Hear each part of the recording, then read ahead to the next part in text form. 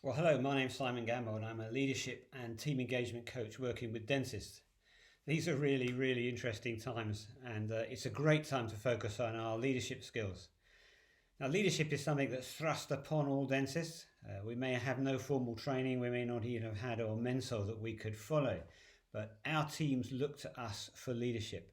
Whether we're running a whole practice or whether we're in surgery with a team, those around us look to us for leadership. And we need to provide that leadership and guidance to our team. So it's clear we need, particularly now, to give out consistent, clear messaging to our team members. So whether they're in the practice or they're furloughed at home, they're going to be looking to us to provide a calm, confident leadership. We need to listen to their concerns, answer their questions. Now, we don't want to predict the future, that would be wrong, but we can reassure them. We can talk about how well we work together as a team. We can talk about the future as we get through this time, which we will, how we're going to continue then to support our community, provide oral care to our patients. So there's a lot of positive things we can say.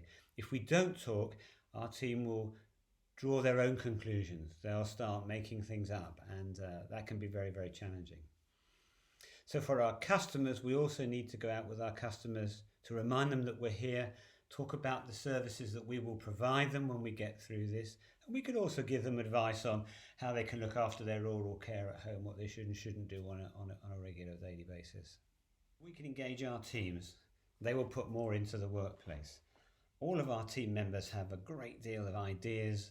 They have a great deal of enthusiasm, which they very often will put into their hobbies outside of the workplace. And if we can take even a small portion of that enthusiasm, bring it into the workplace, we can make it a more rewarding workplace for them and a more rewarding workplace for us. The ideas our team have are essential. They are the ones doing the work every day.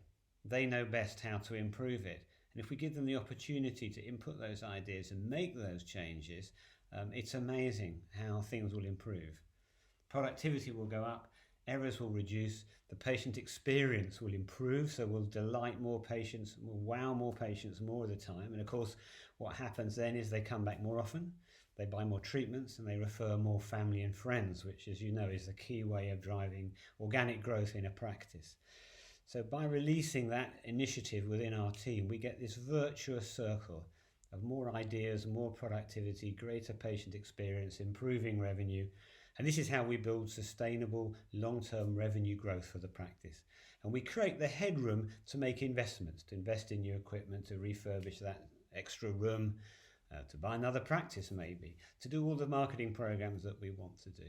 But the secret, the key is to engage our teams first. And the first step in to do that is to have those open, honest conversations and to stop talking and to listen. But leadership is a contact sport. We need to create those opportunities to engage with the team, whether it's at the coffee machine or in reception in the morning, and ask open-ended questions. Find out how they're feeling. Ask for their input and their thoughts. Find out about their family, what their concerns are. And they will tell you all you need to hear, all the issues that are bubbling under, the ideas that they have for improving what they do and improving their work. They'll all be there, but we have to take the time to focus. Now, it's very challenging when we are the production engines of our business. Our clinical practice is what brings in the revenues. But if we can generate some time in our schedule to speak to our team and listen to the team and have them understand that we are there for them and we are listening, the rewards will be enormous. Each time we ask a team member for their input and their ideas, it's really challenging to focus on them and not have a distracted face because you're thinking about the next thing you want to do, about the call you've got to make back, the next patient that's coming in, the treatment you want to plan. It's really, really critical to focus in and make eye contact, be quiet and listen. And we don't need to give answers to all the questions that we get. We certainly don't want to predict the future, but we can reassure people and we can say, yes, we understand. And we can ask for time to go away and think about their suggestions because they will come up with brilliant suggestions. They know best how to improve the job that they're doing. And if we give them permission, if we take the obstacles out of their way and we provide whatever resources they need, they will do astonishing things. But we need to trust them. And by the way, they may not do it. In fact, they certainly won't do it the same way we would. That's okay. Our job is to make sure they don't break the business or hurt our customers. But they'll do it differently, but they'll do it well. And the key thing is they'll be doing it, and you'll be free to focus on the things that are critical for you in your role as the team leader.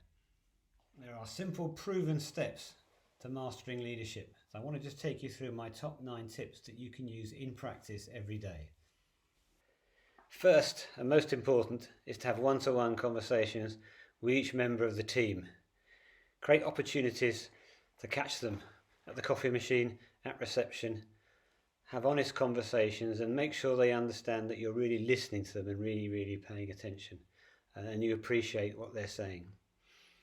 Secondly, decide on your goals, both personal and business. We need to understand where you want to get to and where you want the practice to get to, so we can create a plan that takes us there as we engage the team. Next, we want to develop values and purpose. We bring the team together, we talk about how they'd like to treat each other and patients, and we create a list of values that they sign up to underplay the way they want to behave in the future. We look at our purpose. How do we want our customers to be? Where do we want to get in the future?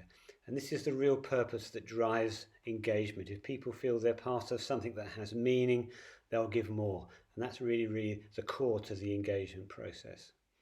So once we've set values and purpose, we look at the ideas. So once the team's together, we create ideas and we put the plan together. We have regular meetings. Now these are two-way. These aren't one-way show and tells where you talk about the admin, and we can do that separately. This is creating the excitement of the team all together, the discussions, the ideas that will come up. So we talk about recognition, who's done what, who's achieved what, where are we in our plan, what milestones have we achieved, but most importantly, what are the ideas and who's going to take ownership for which ideas, and how can we work together and collaborate to move faster.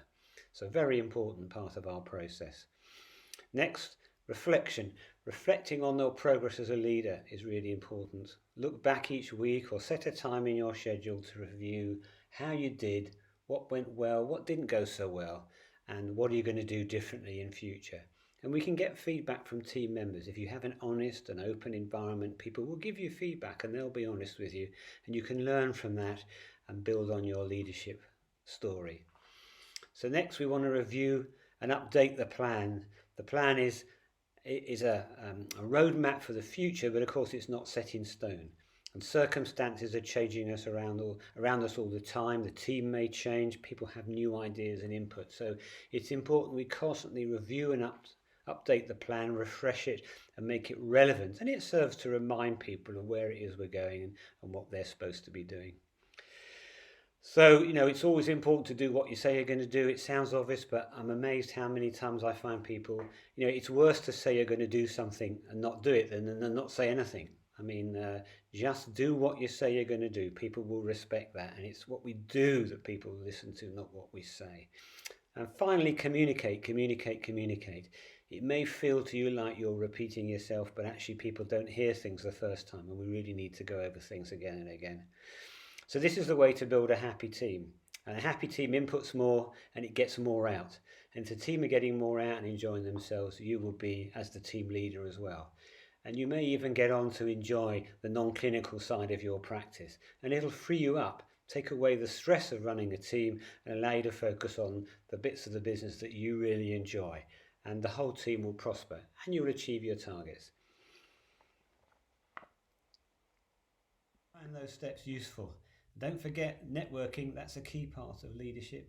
Not only the formal network of the organisations we pay fees to, the associations that we're members of, but our informal networks that we work on, people we work with in practice that we know in our careers. It's an invaluable network to support and guide us as we develop our leadership skills. Find a mentor, find someone that you respect who is prepared to work with you on a one-to-one basis. Reflection is really important, so even on a weekly basis, but certainly on a regular basis, look at what you've done, think about what worked, what didn't work, what would you do differently in the future. Time for reflection is a really important part of personal development, as I'm sure you know. So leverage and develop your network. So I hope that's been helpful. I feel confident and I know from experience that our teams can want to do more than we think, and they can achieve more than even they believe they can. So please start the engagement process. Now is a great time for you to sit and think about how you're going to do that, have conversations and then reflect on. And I wish you every success.